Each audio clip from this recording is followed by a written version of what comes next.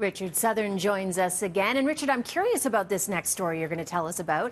All the news about the coronavirus is causing an uptick in web searches for a certain beer. Yeah, so you know the coronavirus, Cynthia, they think it originated in a meat and seafood market in Wuhan, China, but many people are wondering about another possible origin. Google says it's seen a huge spike in searches for coronavirus beer and Corona beer in the past few days.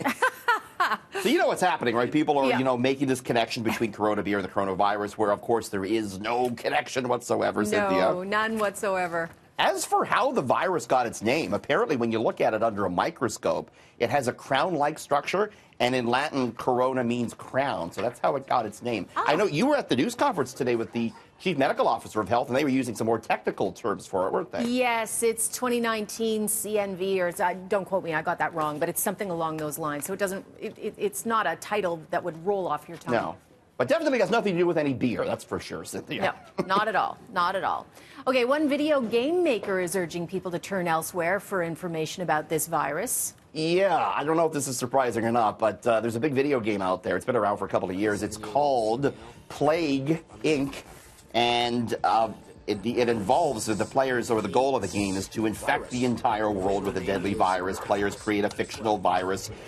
Many of the game's players find it difficult to get their virus into Greenland and Madagascar, and some on social media, therefore, have joked that those two countries may be safe from the real-life coronavirus.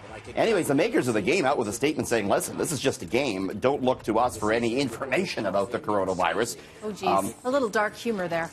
Sure is. Apparently, the game sees a spike in downloads whenever there's any sort of outbreak going on. So that's what we're seeing again with that particular game. Bizarre, isn't it?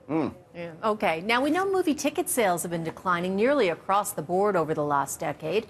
And a new poll might be hinting at where people are going instead. This is very interesting. It seems Hollywood is struggling to compete with the old local public library, Cynthia. Really? Yes. New poll out of the States found, get this, more people went to the library than to the movies last year. That surprise you?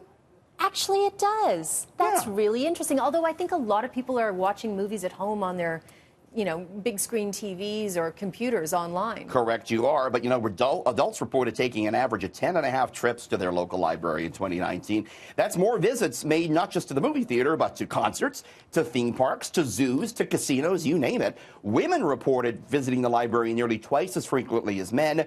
And the library is most visited by adults in low-income households, least visited by adults in the highest-income households. Which makes sense, I suppose. Makes sense. We have a great library system here in Toronto. We really do, and it's one of the most used in the world, actually. So good. You can even read, all your local newspapers there. There's DVDs. It's a wonderful resource. All right, Richard, thanks again for joining us. See you tomorrow.